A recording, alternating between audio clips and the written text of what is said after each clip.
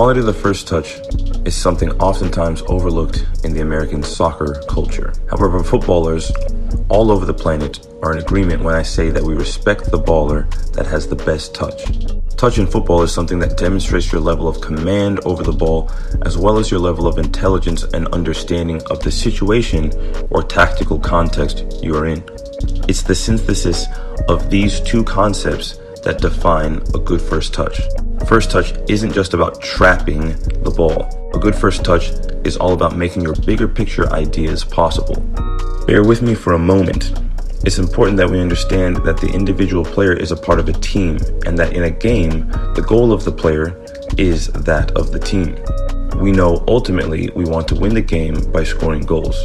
The question arises every time that the ball comes to me: how do I help? What we do as footballers is respond to that question with either a shot, a pass, or a dribble. Your idea. The players with the best ideas are the most impactful. The players who can execute their ideas the way that it must be done in the moment, depending on time and space, are the best players. We often overlook this fact due to their immense control of the ball. They make it look simple. We are mesmerized into thinking that this is an easy thing. I assure you, having this culture of a touch, having so intimate a relationship with the ball that it obeys your command, being able to account for the tactical context of the moment and choose what's best for the team is no small feat, and one we ought to applaud and encourage from our young players from an early age. The physics, on the other hand, are what technically I marveled at as both a player and a coach.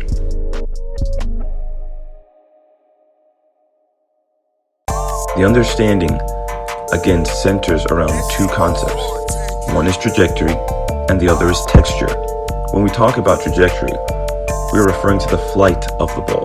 When we talk about texture, we are referring to the deftness or subtlety of the touch, aka how little it bounces away from us.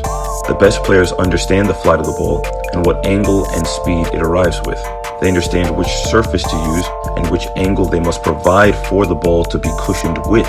You'll see examples in this video where the ball appears to have dropped on a pillow. This is the effect I'm talking about, but it takes a deep and cultured understanding of the physics of the ball.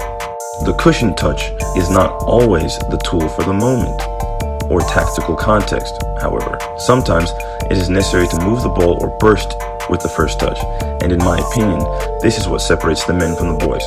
It is all the more difficult to change the trajectory of the ball, again depending on the time and space provided, and depending on how the ball was passed to you. For example, if your teammate knows that he or she must get you the ball quickly before the gap in the defense closes, then they might have to drive the pass at you with considerable pace.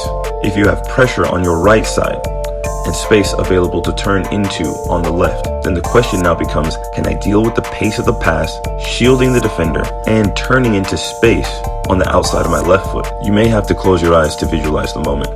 Nevertheless, the quality it takes to make these decisions and execute them in a few seconds under pressure is something we need to develop a taste for, and to refine that taste as a sommelier refines the palate of their tongue, sensing the different notes of flavor, the season of the grape, and the process of fermentation.